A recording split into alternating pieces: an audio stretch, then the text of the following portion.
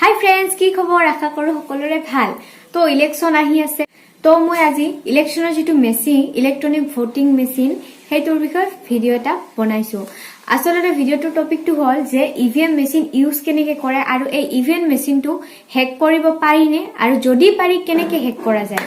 তো ভিডিওটো আৰম্ভ কৰিম, কিন্তু আৰম্ভ কৰাৰ আগতে আপোনালোকে যদি চেনেলটো নতুনকৈ আহিছে আৰু এতিয়ালৈকে সাবস্ক্ৰাইব কৰা নাই প্লিজ সাবস্ক্ৰাইব কৰি দিও, আৰু সাবস্ক্ৰাইব কৰাৰ কাষতে যেটো বেল আইকন থাকিব নিশ্চয় প্ৰেছ কৰিব, যাতে মই আগলৈ দিয়া নতুন নতুন ভিডিওসমূহ পোনপ্ৰথমে আপোনালোকে পাব পাৰে।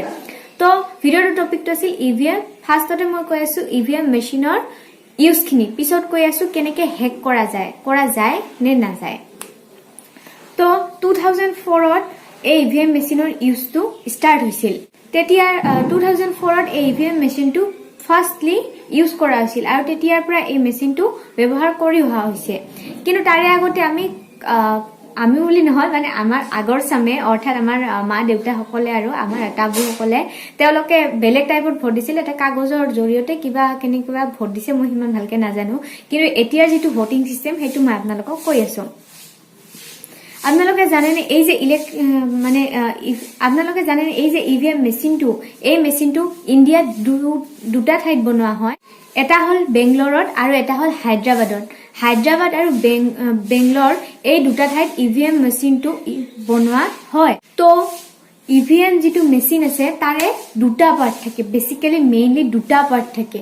তাৰে ফাৰ্স্ট পাৰ্টৰ বিষয়ে মই কৈ আছো। ফাৰ্স্ট পাৰ্টটো হল ভেলিডিং ইউনিট।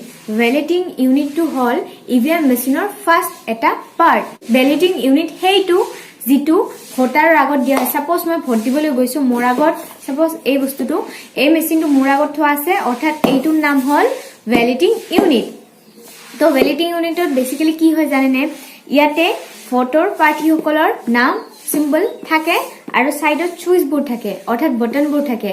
আমি নিজৰ পছন্দ অনুসৰি নিজৰ প্ৰাৰ্থীগৰাকীক সিলেক্ট কৰি তাৰ সাইডৰ সুইচটো টিপি দিলে আমাৰ ভোটটো তেওঁলোক গুচি যায়। এনেদৰে আমি ভোট দিও। তাৰ পিছত এই যিখন স্ক্ৰিন হ'ব, এই ভেলিডিং ইউনিটৰ স্ক্ৰিনখনত আপোনালোকে জানেনে কেইজন প্ৰাৰ্থীৰ নাম দেখাব পাৰে একেলগত এটা মেচিনত। একেলগে এটা মেচিনত বিশেষকে 16 জন প্ৰাৰ্থীৰ নাম দেখুৱাব পাৰে, অৰ্থাৎ ইপিনে 16 জন প্ৰাৰ্থী আৰু ইপিনে 16টা চুইচ। এটা মেচিনৰ কেপাচিটি কিমান? 16। এই ভেলিডিং ইউনিটটো কন্ট্ৰোল কৰি ৰখা হয় কন্ট্ৰোল ইউনিটৰ দ্বাৰা। কন্ট্ৰোল ইউনিটৰ দ্বাৰা এই ভেলিডিং ইউনিটটো কানেক্ট কৰি ৰখা হয়। আৰু এই যে ভেলিডিং ইউনিটটো আৰু কন্ট্ৰোল ইউনিটটো কানেক্ট কৰা হয়, সেই কানেক্ট কৰা ৱেডাল 5 মিটাৰ দীঘল হয়। 5 মিটাৰ দীঘল এডাল ৱেৰেৰে ভেলিডিং ইউনিট আৰু কন্ট্ৰোল ইউনিটক সংযোগ কৰি ৰখা হয়। তো এইটো হৈ গল ভেলিডিং ইউনিট কি, আপোনালোকে বুজি পালে। কিন্তু ভেলিডিং ইউনিট আৰু এই কন্ট্ৰোল ইউনিটৰ কোনো ওয়্যাৰলেস কমিউনিকেশন নাথাকে। কন্ট্ৰোল ইউনিটৰ সুইচেৰে ভেলিডিং ইউনিটটো এক্টিভ কৰা হয়। আপোনালোকে জানেনে এটা ইভিএম মেচিনৰ কেপাচিটি হল 3840 ভোট। 3840 ভোট হোৱাৰ লগে লগে সেই ইভিএম মেচিনটো কাম নকৰিব, অৰ্থাৎ তেওঁৰ কেপাচিটিয়ে সেইখিনিয়ে যিটো তেওঁলোকৰ লাষ্ট ষ্টেজ। আৰু এবাৰ 3840 ভোট হোৱাৰ পিছত সেই ইভিএম মেচিনটো কন্ট্ৰোল ইউনিটৰ ক্লোজ নামৰ সুইচটো, অৰ্থাৎ বাটনটো টিপি দিয়া হয়, যাৰ পিছত সেই মেচিনটো বন্ধ হৈ যায়। এবাৰ ইভিএম মেচিনৰ কন্ট্ৰোল ইউনিটটোৰ পৰা ক্লোজ বটনটো টিপাৰ পিছত সেই মেচিনটোৱে আৰু ভোট গ্ৰহণ কৰিব নোৱাৰে। তাৰ পিছত টোটেল ভোটৰ যেটো কাউন্টিং সেইটো তেওঁলোকে বন্ধ কৰি থৈ দিয়ে, আৰু যেতিয়া আমাৰ ভোট কাউন্টিং হয় তেতিয়া সেই বাটনটো টিপাৰ লগে লগে টোটেল যিমান ভোট হৈছে, মানে কাৰ কিমান সংখ্যা হৈছে সেইবোৰ আমাক দেখাই দিয়ে সেই ইভিএম মেচিনটোৱে।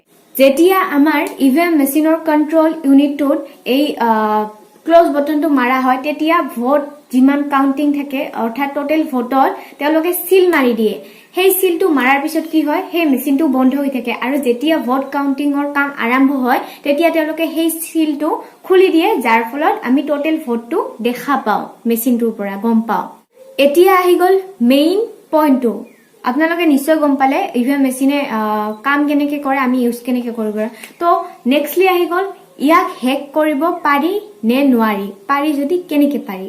তো কিছুমান ৰিচাৰ্চাৰে তেওঁলোকে মানে ৰিচাৰ্চ কৰিছিল যে এই ইভিএম মেচিনটো হ্যাক কৰিব পাৰি নে নাই।